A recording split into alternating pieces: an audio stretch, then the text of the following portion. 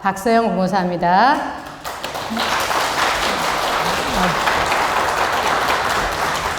네, 이 자리를 마련해 주신 여러분들께 다시 한번 감사를 드립니다. 오늘 본문 말씀은 창세기 1장 27절 말씀입니다. 한번 읽어보시겠습니다. 시작! 하나님이 자기 형상 곧 하나님의 형상대로 사람을 창조하시되 남자와 여자를 창조하시고, 이 시대가 하나님보다 더 경배하고 섬기고 있는 인류 최고의 가치가 있습니다. 바로 인권입니다. 그래서 하나님이 없이도 이 인권만 제대로 보장이 된다면 인간에게 인류를 유토피아 천국으로 인도할 것이라고 굳게 믿는 그러한 이데올로기가 형성되고 있습니다. 그래서 누구도 감히 이 인권에 대해서는 반대하지 못하는 그런 질서가 이 땅 위에 세워지고 있습니다. 그래서 성경조차도 이 인권 개념에 부합하지 않는다면 성경의 해석조차도 다르게 해석해버리는 그런 현상이 나타나고 있습니다. 가히 이 인권이 우상의 자리에 올랐다 할 것입니다. 그러나 여러분들은 알고 계시지 않습니까? 우상은 항상 우리를 배신합니다. 그래서 이 인권을 너무나 강조하다 보니 이제는 이 인권이 오히려 우리 인간들의 존엄성을 침범하는 그러한 현상을 보게 됩니다. 바로 동성애입니다. 이 동성애 지지 세력은 남자끼리 서로 연애하고 성관계하고, 또 여자끼리 연애하고 성관계하는 이 동성애, 이것을 성적인 문제로 부각을 시키는 것이 아니라 이 시대에 가장 인기가 있는 소중한 가치, 인권, 평등이라는 단어를 앞세워서 우리 국민들을 혼란케 만드는 것입니다. 이것이 바로 열혈공산주의자 레닌의 용어 혼란 전술이라는 것입니다. 그래서 세계사의 역사의 방향은 하나님께서 구속사를 이루시는 방향으로 진행되어 가고 있고, 우리는 그 구속사의 한 점에 이렇게 우뚝 서 있는 것입니다. 그런데 이것을 방해하기 위해서 사탄이 만든 것이 바로 인간에게는 영혼이 없다, 유물론, 그리고 신은 없다라는 무신론, 바로 공산주의 사상입니다. 그런데 이 공산주의라는 것은 기존의 체제에 그 부정과 부패가 극에 달했을 때 노동자와 농민이 주인이 되는 그런 참 좋은 세상을 만들어 보자는 그런 사상이었습니다. 얼마나 좋은 사상으로 보였겠습니까? 그래서 이 공산주의가 처음 등장했을 때 그 당시 젊은이들과 지식인들의 영혼을 사로잡았습니다. 총칼을 들이대면서 공산주의자가 돼! 하지도 않았지만 자신의 젊음을 바치고 전 재산을 바친 것이죠. 그런데 이 공산주의는 모든 인간을 착취하고 억압하는 모든 제도를 없애야만 한다라고 말합니다. 얼마나 그럴듯합니까? 그런데 이 억압과 착취의 근원이, 그 이유가 바로 사적 소유, 자본주의라는 것입니다. 그래서 그런데 이 가족제도라는 것은 이 자본주의, 사적 소유를 유지하기 위한 노동력을 다시 만들어내기 위해서, 이 가정 내에서 그 노동력을 만들어내기 위해서 이 부르주아 계급이 만들어낸 억압의 산물이 가족제도다라고 주장을 합니다. 이 사적 소유, 자본주의를 무너뜨리려면 가족제도를 무너뜨려야 하고, 그러기 위해서는 동성애를 앞세워서 가족제도를 무너뜨리라는 것이 이들의 논리인 것입니다. 그래서 이들은 동성애 억압 등 모든 억압에 대항하여 투쟁하라. 그래서 이 투쟁을 혁명의 중심축으로 조직하라 라는 이런 무서운 말을 하고 있습니다. 그래서 이 막시즘 공산주의는 1917년 볼셰비키 혁명이라는 것을 통해서 전 세계 절반을 공산화를 시켰습니다. 그런데 이 레닌이 어려움에 봉착을 했습니다. 공산주의 혁명에는 성공을 했는데 이 러시아 종교의, 이 교회의 반발이 너무나 강한 것입니다. 그래서 이 레닌이 구상해낸 것이 바로 그 다음에 1918년 혁명 동지회를 통해서 만든 것이 있습니다. 바로 차별금지법입니다. 그래서 교회와 다른 종교를 차별해서는 안 된다. 그래서 교회 재산을 몰수하고, 두 번째, 교회의 교육, 종교 교육을 하지 못하게 금지하고, 세 번째, 종교, 기독교는 인민의 아편이라는 이유로 혁명과 그리고 무기를 앞세워 군대를 앞세워서 교회를 파괴해버린 것입니다. 아시지 않습니까? 이 공산주의 기존 체제보다 더 심각한 문제를 발생하고 인류 역사에서 쇠퇴하면서 사라져버렸습니다. 그런데 여러분, 과거 서구 교회와 자본주의는 이렇게 혁명과 무기를 앞세운 공산주의에는 결코 무릎 꿇지 않았습니다. 그런데 네오마르크시즘이라는 거, 오늘 제가 말씀드리고자 하는 차별금지법의 사상적 기반인 이 네오마르크시즘에는 그 무릎을 꿇었고, 이 네오마르크시즘이 동성애를 앞세워서 이 대한민국을 강타하고 있습니다. 그렇다면 여러분, 네오마르크시즘, 신공산주의라는 것이 무엇입니까? 바로 마르크시즘 공산주의가 쇠퇴할 당시 열혈 공산주의자들이 공산주의에다가 그 당시 가장 인기가 있었던 휴머니즘, 이 공산주의에다가 휴머니즘을 결합을 시킨 것입니다. 그 대신 이 공산주의는 뒤로 숨기고 휴머니즘을 앞세웁니다. 그래서 국민들이 보았을 때는 야, 휴머니즘, 인권, 평등, 소수자 인권 보호, 나눔, 정의, 평화 이런 것을 앞세우니까 국민들이 이야 그러면서 엄청난 추종자들을 확보한 것입니다. 그래서 1968년 프랑스 68혁명을 계기로 해서 1960년대 중반부터 서구 사회의 이 정신세계를 이끄는 그 시대 정신으로 등극을 한 것입니다. 그런데 여러분, 이 휴머니즘이라는 단어가 글씨, 단어는 똑같은데 우리가 알고 있는 자유민주주의가 알고 있는 그 휴머니즘과 그 의미가 판이하게 다릅니다. 그런데 국민들은 다르면 뭐 얼마나 다르겠는가 하면서 별 거부감 없이 받아들이고 있는 것이죠.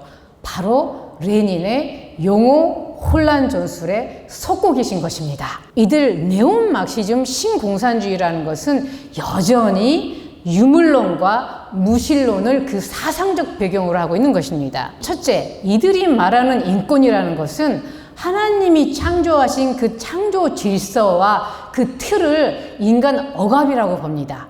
그래서 이 창조 질서와 틀을 투쟁으로 깨트리는 것을 인권이라고 봅니다. 둘째, 평등이라는 단어. 이들이 말하는 평등은 자유민주주의의 평등이 아닙니다. 자유민주주의의 평등은 여러분께서 아시다시피 차이가 나는 거는 차이를 인정해주고, 차별은 뭐 정당한 차별, 합리적인 차별은 인정해주는 이런 상대적인 평등, 기회의 평등입니다. 그런데 이들이 말하는 평등이라는 거는 뭐든지 무조건 평등하게 대하라. 차이조차도 차별이라고 주장을 하는 것입니다. 그래서 이런 것들을 바로 사회주의, 결과적 평등, 절대적 평등이라고 하는데요. 그래서 이들은 동성애가 아무리 죄라고 할지라도 죄와 죄가 아닌 것을 평등하게 똑같이 존중하라. 그래서 선과 악을, 그 경계선은 오직 하나님께서 정하시는 건데요. 선과 악도 평등하게 존중하라. 선과 악의 경계선을 평등이라는 단어를 가지고 무너뜨려 버리는 것입니다. 그래서 만약에 이 평등하게 존중하지 않으면 영국, 미국, 프랑스 이렇게 차별금지법이 통과된 나라들에서는 처벌을 해서라도 똑같이 평등하게 대하도록 국민들을 강요하는 것입니다. 그래서 동성애를 죄라고 하는 이 성경책이 오히려 불법책이 되는 것이고요. 학교에서 자습 시간에 성경책을 읽고 있는 학생들에게 불법책을 왜 읽느냐면서 성경책을 읽지 못하도록 하고 있는 것이 이 나라들의 현실인 것입니다. 그래서 이들은 평등이라는 단어를 내세워서 남자와 여자의 경계선을 무너뜨리고, 나라와 나라의 경계선을 무너뜨리고, 종교와 종교의 경계선을 무너뜨리고, 기독교와 다른 종교의 경계선을 무너뜨리고, 하나님과 피조물인 인간 사이의 경계선을 무너뜨려서 모든 인류가 하나가 되어서 하나의 새로운 질서를 향하여 나아가게 만드는 것입니다. 과연 이들이 추구하고 있는 이 하나의 질서는 무엇을 위한 것일까요? 자, 그 다음으로 또한 이 네오막시즘은 수많은 추종자들을 확보하기 위해서 이 막시즘 공산주의에다가 프로이드의 심리학, 에로스 사상을 결합을 시켰습니다. 그래서 이들은 빌헤름 라이의 성정치, 성해방 이런 것들을 추종을 합니다. 그래서 이 네오막시즘의 대표 사상가인 헐버트 마르쿠제는 그의 대표적인 책 에로스와 문명이라는 책에서 이렇게 말을 합니다. 쾌락 원칙을 따르는 인간의 본능은 자연스러운 생애 충동 에로스에서 출발한다. 인간의 해방이라는 것은 본능의 보편적인 충족에 있고 쾌락 원칙을 따르는 인간의 성적 본능을 충족시켜주는 것이 해방이다. 그래서 무의식 속에 있는 이 쾌락의 충동이야말로 급진적 사회 변혁을 이룰 수 있는 힘의 원천이다. 그런데 기존의 문명체제가 이 성욕, 이 리비도를 억압해서 노동에 필요한 에너지로 바꾸어서 관리하고 있는 것이다. 그래서 이 지식인들이 의식혁명을 통해서 이 세상이 이 성정치를 해서 본능의 욕구 중에서 가장 강한 성쾌락을 느끼고자 하는 그 본능의 욕구를 충족시켜주는 그러한 세상을 만들어야 된다는 것입니다. 그래서 결국은 남녀 간의 자유로운 성관계는 물론 동성애, 그리고 소아성애, 수간, 시체성애, 기계성애 뭐 이러한 다양한 70여 종이 넘는 이러한 성해방 그러한 사회를 만드는 것이 평등하다는 것입니다. 이것은 바로 어떤 것입니까? 자신이 그 어떤 인생을 산다 해도 벌하는 신이 없다는 무신론입니다. 오직 물질로만 구성된 이 육신의 본능의 이 욕망을 충족시켜주는 것이 인간 해방이라는 것이 바로 이 네오막시즘인 것입니다. 그러나 하나님께서는 여러분들께 말씀하십니다. 내가 거룩하니 너희도 거룩하라. 아멘입니다. 이러한 네오막시즘은 1960년대 이후 서구 사회를 강타했습니다. 그래서 서구 사회 혁명이 일어났습니다.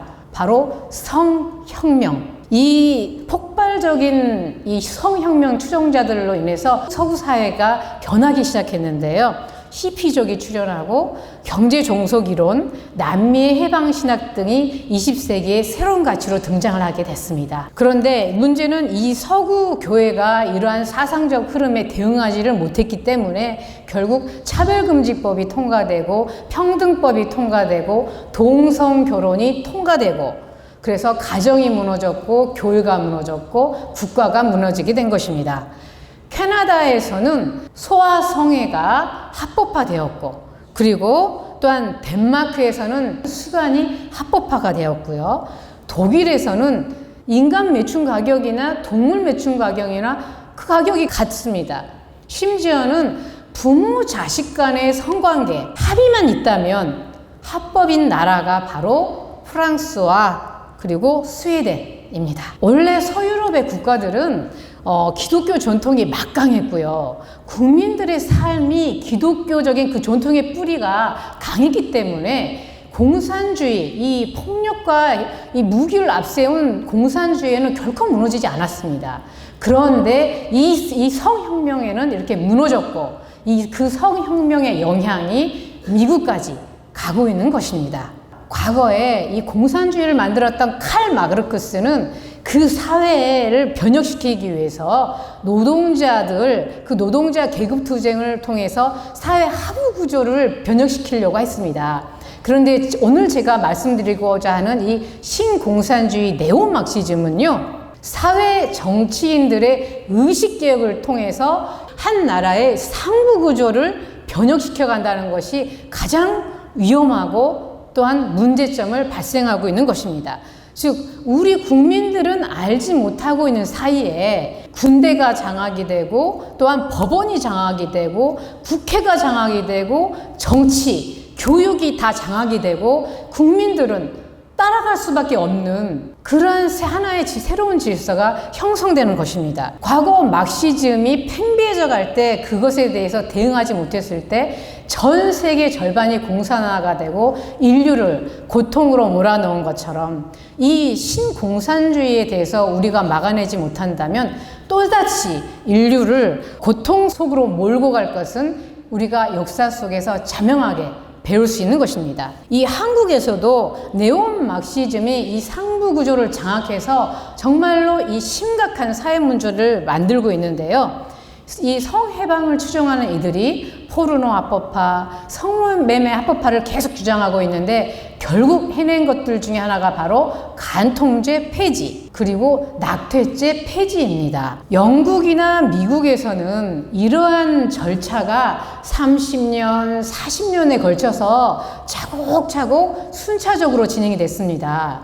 퀴어 축제 아시죠? 동성애자들을 하는 퀴어 망제 그거 군대 내 동성애자들 처벌하는 그 처벌법 폐지시키기 그리고 차별금지법 통과시키기 동성결혼 합법화하기 이렇게 순차적으로 갔는데 우리 대한민국은 이게 삽시간에 몇 년 만에 쓰나미처럼 대한민국을 강타하고 있다는 것입니다. 그래서 이 남은 시간 동안에는 이제 간단하게 이 대한민국을 강타하고 있는 이 네온 막시즘의 문제점을 한번 보고자 합니다.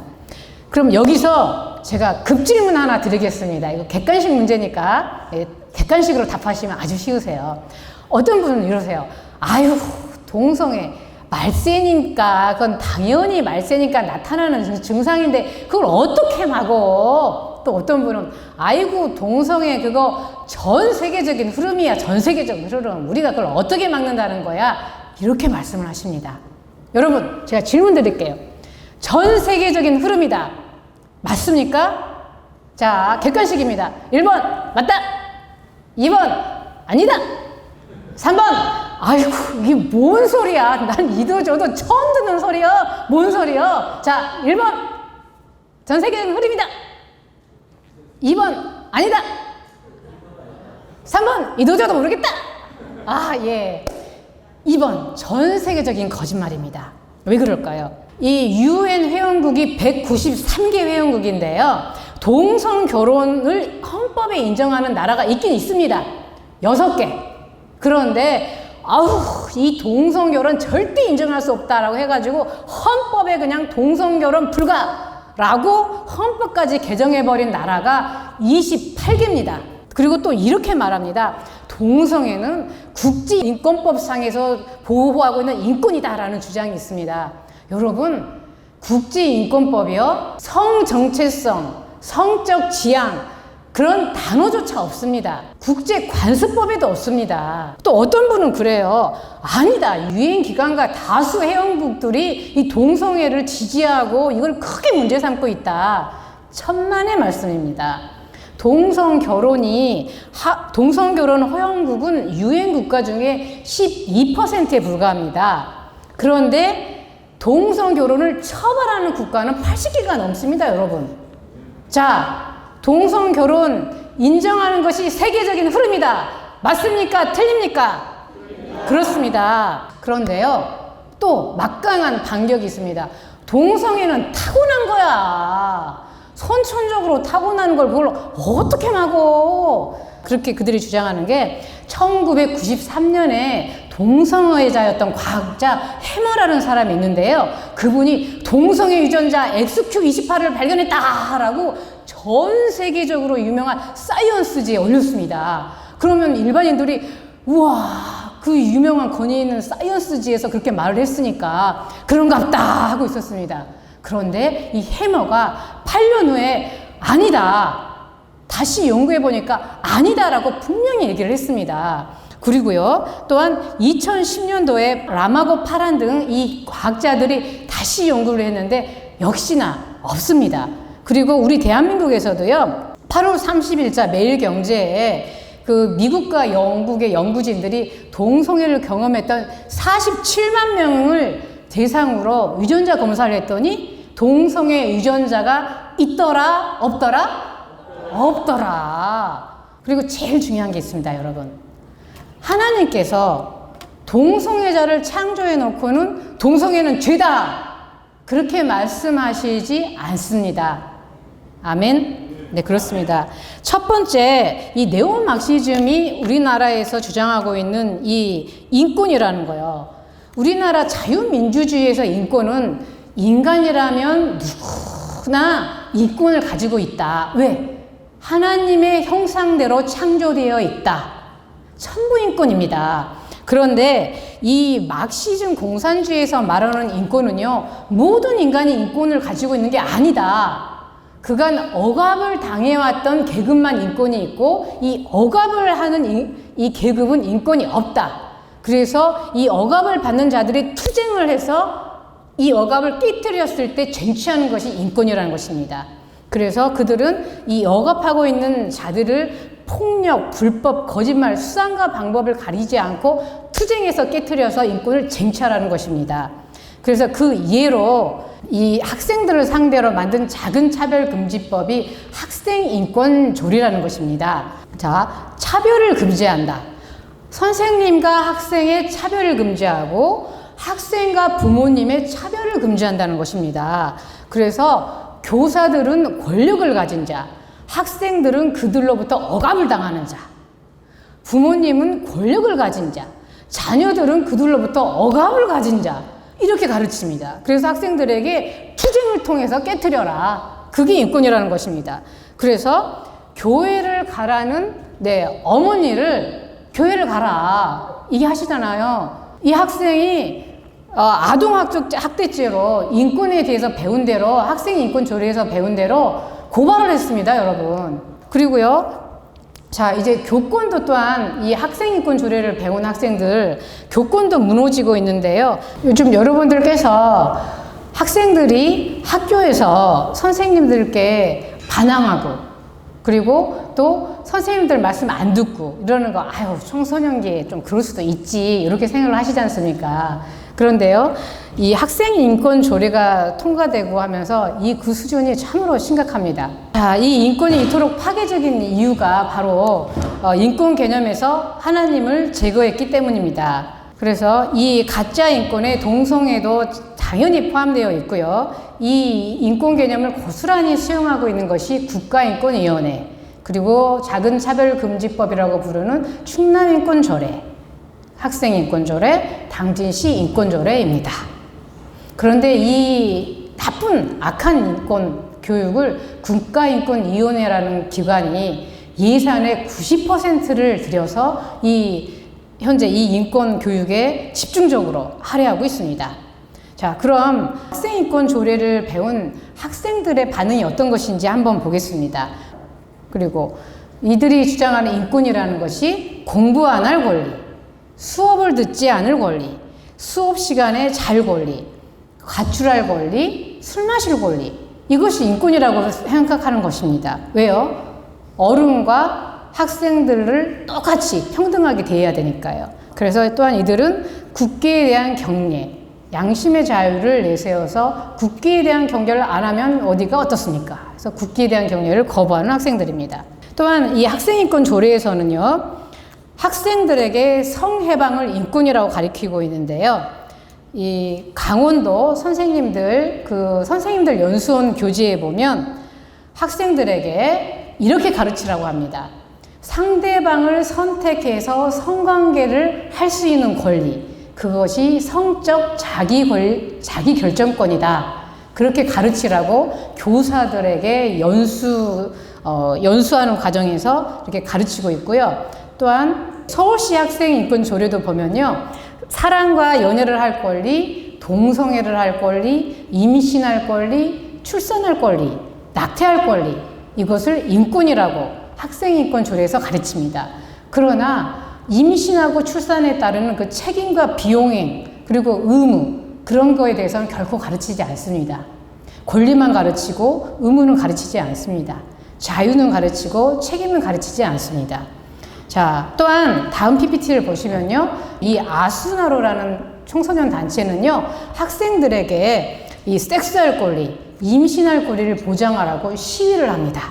자, 그리고 또 학생들이 여기서 멈추지 않고요, 국민 계몽운동까지 청소년들이 직접 하고 있는데요. 자, 이거 보시면 현재 초등학교 5학년 보건교과서입니다. 아주 화면 이 책 표지가 이쁘시죠? 그리고요, 자, 그 다음 6학년 보건교과서입니다.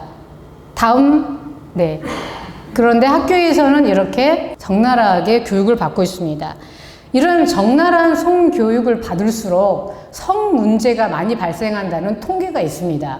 그래서 방금과 같은 이러한 이게 YBM 출판사인데요. 그래서 결국 학부형 단체를 만들어서 이 교과서가 출판사별로 있는데요. 출판사별로 이 문제가 되는 이 부분을 다 추출을 해서 책을 얇게 만들었습니다. 그래서 국민 계몽운동을 하고, 그리고 또한 교회를 찾아가서 말씀을 드리고, 또 학교 교장 선생님을 만났습니다. 그래서 이렇게 학부형 단체들이 움직였더니 결국 이 YBM 출판사가 내년 2020년부터는 내용을 수정하겠다고 연락이 왔습니다. 네. 그래서 그게 이번 주에 받아낸 답변이고요. 그래서 이렇게 적나라한 성교육을 받았을 때 수치심을 느끼는 학생들이 있습니다. 그들의 인권들은 보장이 안 되고요. 건전한 성과 그리고 이 책임에 대해서 가르치는 게 아니라 성적 자기결정권은 당연히 해도 되는 거고 그 뒤처리만 피임으로 잘해라. 이렇게 가르치는 게 바로 현재 성교육인 것이죠. 그런데 기독교에 대해서는 이분들은 아니 이 좋은 것을 왜 기독교는 반대하냐면서 기독교에 대한 혐오감과 반기독교 정세가 팽배해지도록 고의적으로 만들어가고 있습니다. 그래서 서울시내 중학교에서 한 교사가 이 동성애의 폐해에 대해서 가르쳤더니 학생인권센터에 고발을 해버리는 사건이 있습니다. 그리고 또한 유치원에서 이 동성애 문제점을 가르친 선생님이 계셨는데요. 결국 이것이 또 문제가 돼서 이 부원장님이 사퇴하는 그런 사태가 지금 발생하고 있는 것이 이 대한민국입니다. 아직 차별금지법이 통과도 안 되었는데요. 자, 그런데 이 악한 학생 인권 조례를 이번 주 월요일 MBC에서 뉴스가 나오기를 이 충남에도 내년 봄에 만들겠다고 합니다. 여러분, 이거 통과되도록 우리 가만히 손 놓고 있어야 되겠습니까? 반드시 막아내야 할 것입니다. 우리가 하나님께서 말씀하시지 않습니까? 내가 거룩하니 너희도 거룩하라. 우리에게는 우리 다음 세대를 거룩하게 키워내야 할 사명과 책임이 있다고 저는 믿습니다. 아멘이십니까? 네. 자, 막시즘 이 신공산주의의 평등은요, 양성평등이 아닌 성평등입니다. 양성평등에서 양자 하나 뺀 게 성평등이라는 것이죠. 그렇다면 이 성평등이 그럼 뭐냐? 자, 한번 보시겠습니다. 양성평등이 아닌 양자 하나 뺀 성평등이 뭐냐? 첫 번째, 소아성애. 차별금지법이 통과되고 동성결혼이 합법화가 된 나라 캐나다가 소아성애의 합법화 운동을 하고 있습니다. 그래서 우리나라도 차별금지법이 통과되면 국민들이 낸 세금으로 이 소아성애자들 그분들을 보호하고 육성하는 그런 나라가 되는 것입니다. 자, 그 다음 두 번째, 근친상간도 평등하게, 성평등이니까, 성은 평등한 거니까 똑같이 인정하는 것입니다. 그래서 이 가운데 여성이 뭐라고 하냐?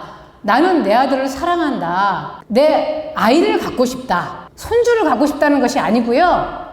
아들의 아이를 갖고 싶다. 이겁니다. 이것이 성평등이라는 거죠. 그리고 여자끼리 하는 결혼, 남자끼리 하는 결혼. 부인은 한 명, 남편은 여러 명. 혹은 남편은 한 명, 부인은 여러 명.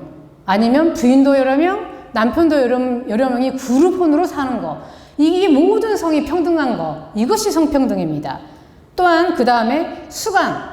성은 다 평등하다. 동물과 거시기 하는 것도 똑같이 평등하다.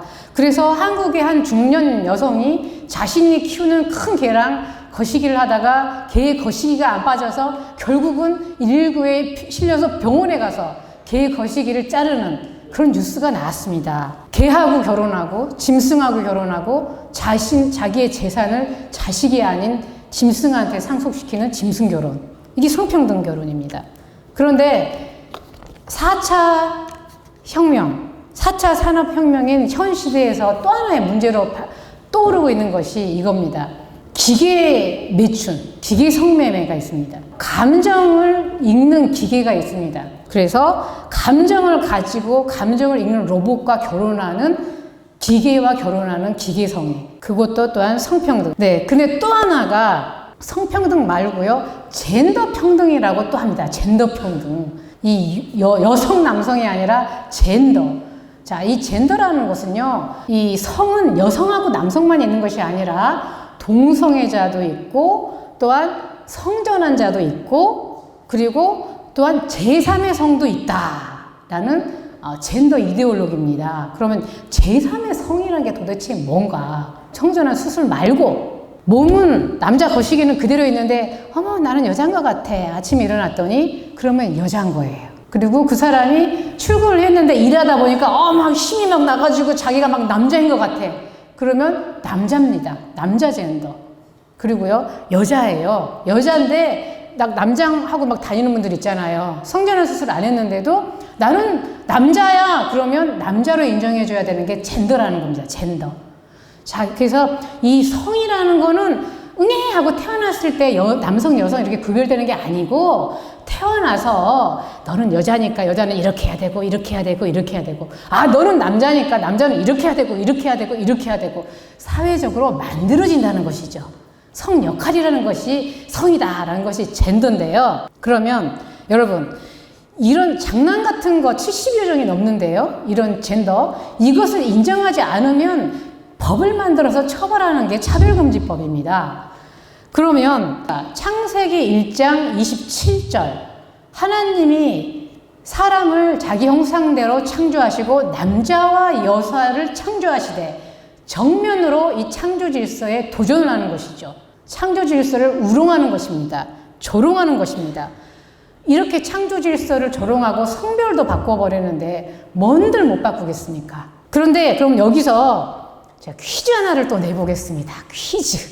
자, 성전환 수술을 해서 호적에 여자로 성별 정정을 우리나라는 인정해 줍니다.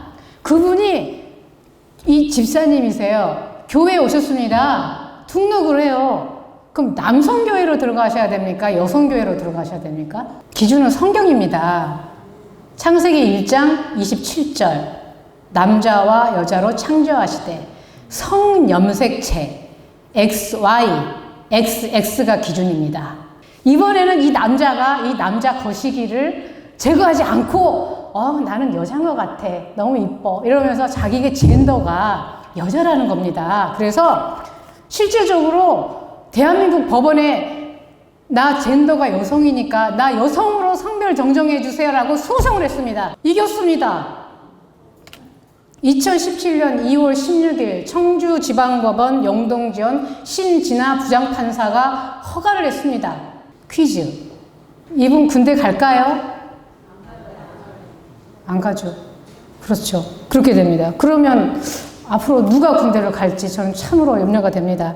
제가 가야 되나? 네. 자, 그런데 이 젠더 평등을 교묘하게 이들은 이 용어 혼란 전술을 사용해서 모든 게 평등한 거 아니냐. 그리고 이 젠더 평등, 젠더 폭력 방지, 젠더 감수성 막 이래가면서 그럴듯하게 젠더 평등은, 젠더라는 거는 우리 사회적 약자인 여성을 보호하기 위한 겁니다. 라고 성교육을 시킵니다. 그런데 여러분, 자, 이 젠더 평등이 인정되면 과연 어떻게 될까? 미국 코네티컷 주에서 여성 육상, 청소년 육상 경기에서 1등, 2등으로 달리고 있는 사람 여자입니까? 남자입니까? 저거? 1등, 2등이 남자예요. 제가 볼 때는 분명히. 그런데 자기 젠더가 여자랍니다. 젠더가. 여성 육상 경기, 청소년 육상 경기에 뛰어서 남자가 1등, 2등을 하고 유력한 1위 후보자였던 이 셀리나는 3위로 들어갔습니다. 그래서 학교에다 항의를 하고 소송을 했는데 오히려 학교에서 이거는 젠더 평등 위반이다라고 해가지고 오히려 코치 선생님이 너 대학 갈 때 내가 제대로 추천서 안 써줄 거야 라고 협박을 당했다고 합니다. 자, 또 하나요. 네, 이분은 해군이에요. 해군. 19살에 여자친구랑 결혼해서 딸이 있고 해군 출신인데요. 자기 젠더가 팔론 폭스, 자기 젠더가 여성이라면서 여성 격투기 대회에 출전을 했습니다. 상대방 여성 선수 맞고 두개골이 깨졌습니다. 국제올림픽위원회 IOC는요 2015년 성전환 수술을 받지 않고도 올림픽 대회에 출전할 수 있어야 한다는 지침을 발표했습니다. 젠더는 사회적 약자인 여성을 보호하는 것이 아니라 여성의 인권을 파괴하는 것입니다. 그런데 여러분, 이런 성평등 젠더가 뭐가 좋다고 이 대한민국에 이것을 실현시키기 위해서 이 국가 예산을 세웠는데요. 얼마인지 아세요? 31조. 31억이 아니라 31조 7,953억. 국방비 예산이 얼마인 줄 아십니까? 성인지 이 예산은 31조. 과연 우리나라가 하나님의 진노를 피해갈 수 있을까요? 제가 성경 말씀 하나 읽겠습니다. 민수기 14장 28절. 그들에게 이르기를 여호와의 말씀에 내 삶을 두고 맹세하노라. 너희 말이 내 귀에 들린 대로 내가 너희에게 행하리라. 그렇습니다, 여러분. 우리에겐 제사장의 신분이 있습니다. 우리가 하나님께 이 나라와 이 민족의 죄를 용서해 달라고 회개 기도하고 부르짖고 기도하면 하나님께서는 분명히 말씀하십니다. 너희 말이 내 귀에 들린 대로 내가 너희에게 행하리라. 하나님께서 우리의 간구와 기도를 반드시 들어주실 것이라고 저는 믿습니다. 네, 또한 이 네오마르크시즘에서 말하고 있는 이 나눔이라는 것이 있습니다. 이 나눔이라는 것은 자유민주주의에서는요, 국민들이 세금을 내고 세금을 냈으니까 그에 따른 복지 혜택을 받는 거 아닙니까? 당연한 겁니다. 근데 이 네오마르크시즘에서 말하는 이 나눔이라는 것은 예를 들어 불법 체류자나 불법 이민자, 즉 가짜 난민이라 할지라도 똑같이 아무런 책임도와 의무도 안 하는데도 똑같이 복지 분배를 나눠야 한다. 이것이 바로 이들이 주장하는 나눔입니다. 그래서 결국 서구 사회가 난민들에게 인권이라는 이 단어 때문에 무분별하게 받아들이고 국고가 탕진될 정도로 복지 혜택을 주는 바람에 이 국민들이 복지 혜택을 빼앗긴 국민들의 반감은 극에 달하고 있고요. 그런데 난민들은 감사가 아니라 더 많은 복지 혜택을 주지 않는다고 폭동을 일으키고 치안 질서를 파괴하고 있는 상황입니다. 그렇다면 우리나라의 이 나눔, 가장 많은 나눔을 받고 있는 것이 바로 동성애자입니다. 아시다시피 2015년 동성애자 성병 에이즈 치료비 811억을 그 치료비 전액을 국가에서 지원을 했습니다. 이런 나라 전 세계에 없습니다. 우리나라 뿐인데요. 의료보험 예산에서 90%를 지원하고 지방자치단체가 5%를 지원하고 국가에서 5%를 지원해 주는 것입니다. 에이즈 환자가 매년 발생하고요. 돌아가실 때까지 그렇게 지원을 해주셔야 돼요. 그런데 백혈병 어린아이는 치료비 200만 원이 없어서 죽어가는데 아무도 이에 대해서는 말씀이 없으세요. 이 정도 에이즈 치료비 예산이면은 청년 일자리 문제, 실업자 문제, 아이들 우리나라 출산율이 2명도 안 낳고 이렇다는데 그 모든 문제 다 해결하고도 남을 수 있는 예산이시죠. 그리고 또 하나가 이 우리나라가 하고 있는 것이 불법 체류자, 이들에 대한 무분별한 복지 혜택 나눔입니다. 불법 체류자들이 얼마나 되겠냐고요?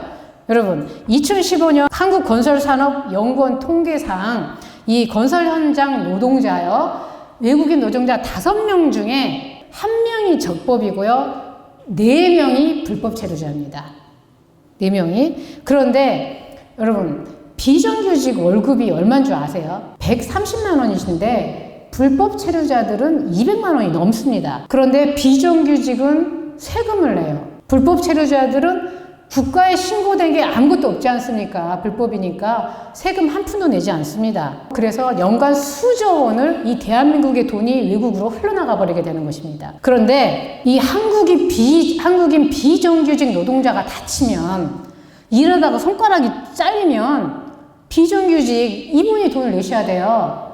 그런데 이 불법 체류자가 다치면 외국인 근로자 등 소외계층 의료 서비스 지침에 의해서 무료입니다. 그래서 보건복지부랑 법무부는 최대 1,000만 원까지 무상 진료를 보장하고 있습니다. 여러분, 국가유공자하고요, 상위 군경들 월 얼마 받는지 아십니까? 도대체 어떤 이유에서 우리 국민들이 불법 체류자들보다 더 못한 대우를 받아야 되는 것입니까? 그리고 또 여러분 알고 계세요? 불법 체류자들도 자신들도 노조를 만들 수 있게 해달라고 이 대한민국을 향해서 소송을 했습니다. 2015년 6월 25일 대법원이 이것을 인정해 줬습니다. 민주노총이 10년간 적극적으로 지원한 결과입니다. 그렇다면 이 불법 체류자들이 물론 노동 보호되셔야죠. 그러나 이 불법 체류자들이요, 노조를 만들어서 민주노총에서 배운 거대로 노동해방 외치시잖아요. 노동해방! 이렇게 외친다면 그럼 우리 국민이 사업주들은 그럼 어떻게 해야 되는 것이죠? 네, 이것이 우리 국민들이 바랬던 복지나 나눔입니까? 그런데 심지어는 2017년 봄에는 대법원은 중동 국가에서는 동성애자라고 핍박을 받는다고 우리나라에다가 망명 신청을 했는데 그것을 받아줬습니다. 그럼 우리 국민들이 낸 세금으로 이제 외국인 동성애자 에이즈 치료비도 내야 되는 겁니다. 그리고 또한 이 불법 체류자의 자녀들도요, 초중등교육법 시행령에 따라서 초등학교, 중학교 무상교육입니다. 그리고 또한 2011년부터는 법무부가 고등학교까지 그 학습권을 보장하고 있고요. 또한 특목고나 이 대학 입학에 있어서는요, 가산점 정도가 아니라 우선권을 주고 있습니다. 서강대, 고려대, 이화여대, 서울교대 2014년 기준 이런 23개 대학에서 수능시험도 없이 면접만으로 들어갈 수 있습니다. 이 불법 체류자의 자녀들이 적법한 외국인 자격을 취득하거나 다문화 가정, 이주민 가정에게 주는 특혜입니다. 그러면요, 대학은 갔다고 치자고요. 그럼 대학 등록금은 어떨까요? 국민들이 낸 세금으로 거의 전액 무료입니다. 용돈까지 지원을 해요. 그러면 여러분, 이 가난한 한국인 엄마 아빠를 둔 이 가난한 한국인 대학생들은 대학 등록금을 마련하느라고 알바에 시달리고 졸업을 해도 사회생활을 시작하기도 전에 그 대학 학자금 대출 그 빚에 눌립니다. 그런데 그들은 대학 졸업 후에 단 한 푼의 빚도 없이 유유히 본국으로 자기 나라로 돌아가 버립니다. 이것이 바로 세계화라는 명분으로 진행되고 있는 것입니다. 현재 일자리마저 외국인 노동자, 불법 체류자들에게 빼앗기고 있고요. 현재 외국인 노동자들이나 불법 체류자들의 집약촌인 수원이나 안산 같은 곳에서는요, 무서워가지고 한국인들이 못 살겠다, 고향을 떠나고 있는 그런 현상이 우리나라에 나타나고 있습니다. 마지막으로 소수자 인권보호 간단하게 하겠습니다. 이들이 주장하고 있는 소수자 인권보호는요, 소수자는 무조건 억압을 당해온 약자, 그리고 다수자는 무조건 그간 억압을 해온 자, 그래서 소수자의 인권만 보호하라는 것이 소수자 인권입니다. 그런데 어떤 분들은 이렇게 말을 해요. 소수자 인권보호? 소수자도 인권을 보호해주고 다수자도 인권도 보호하고 그렇게 같이 살면 되지. 이들이 말하는 소수자 인권 보호는 그것이 아닙니다. 다수자는 인권이 없고 다수자는 자신들이 피해를 감수해야 되는 것, 소수자의 인권만 인정되는 것이 이들이 말하는 소수자 인권 PC운동, 정치적 올바름이라는 것입니다. 예를 들어서 여호와 증인신도, 그들은 종교 소수자입니다.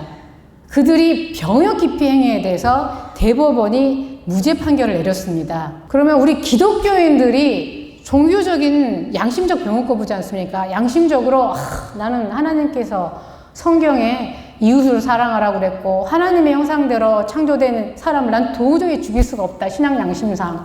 그래서 병역을 거부합니다. 이분 무죄일까요? 처벌됩니다. 왜요? 종교 다수자니까. 그래서 다수자인 기독교인들의 인권이라던가, 그리고 기독교는 다수자에 속하기 때문에 기독교를 차별하고 교인들의 인권을 침해하고, 그리고 교인들의 인권을 인정하지 않는 것이 이들에게는 선인 것입니다. 지금은 동성애자들도 자기들이 소수자라는 이유로 병역 거부, 양심적 병역 거부를 인정해달라고 합니다. 그리고 또한 이들은 사상적 소수자 이권보호, 즉 공산주의 추종자, 주체사상 추종자, 진보적 민주주의, 민중민주주의, 이런 사상적 소수자들도 존중해달라. 또한 소수자인 전과자들이 이런 간첩, 고첩, 이적 행위한 이런 분들, 그런 사람들이라도 소수자니까 그들이 검찰, 경찰, 기무사 이런 데 채용되고 승진하고 배치할 때 똑같이 평등하게 대하라는 것이 이들이 말하는 소수자 인권보호입니다. 이처럼 소수자를 강조하는 그 진정한 이유에 대해서 네오마르크시즘의 대표 사상가 헐버트 마르쿠제는 이렇게 말했습니다. 노동자 계급은 이미 자본주의 체제에 수능적으로 바뀌었기 때문에 더 이상 사회 변혁의 주체가 될 수가 없다. 기존 체제에 편입되지 않고 체제 외부에 존재하는 소수자 계층이야말로 바로 반체제적인 혁명적인 성격과 기존 체제를 종식시키려는 강한 욕구를 가지고 있기 때문에 이들을 체제 변혁의 주체로 앞세워야 된다는 것입니다. 그래서 이 소수자의 권리를 위해서 투쟁하는 소수자 운동을 활성화시켜서 이러한 소수자 그룹이 서로 참여하고 연대하여, 참여연대입니다. 참여연대하여 급진적 사회 변혁을 이루어가는 것이 이들의 네트워크 투쟁 이론입니다. 혹자는 말합니다. 교회는 영혼 구원에나 힘쓸 것이지 이런 건 정치 문제니까 관여하지 말라고 합니다. 그러나 여러분, 교회는 전투하는 교회입니다. 조직신학 교회론에서 교회는 죄와 싸우고 비진리와 싸우는 전투하는 교회입니다. 신학자 벌코프도 조직신학 교회론에서 교회는 있는 힘을 다하여 주님의 싸움을 하여야 하고, 때로는 공격적으로, 때로는 방어적으로 그 전투를 수행해야 한다고 합니다. 현재 우리나라에서 진행되고 있는 이 거룩한 전쟁은 하나님께서 이 교회의 거룩성과 순결성을 회복시키기 위해서 하나님께서 시작하신 거룩한 전쟁입니다. 그래서 우리가 하나님 편에 서서 이 교회의 거룩성과 순결성을 회복을 한다면 우리는 반드시 승리할 것입니다. 우리가 지켜야 할 소중한 가치, 이 기독교의 가치를 지키기 위해서 이제는 침묵을 깨고 영적 전쟁을 시작하여야 할 때입니다. 감사합니다.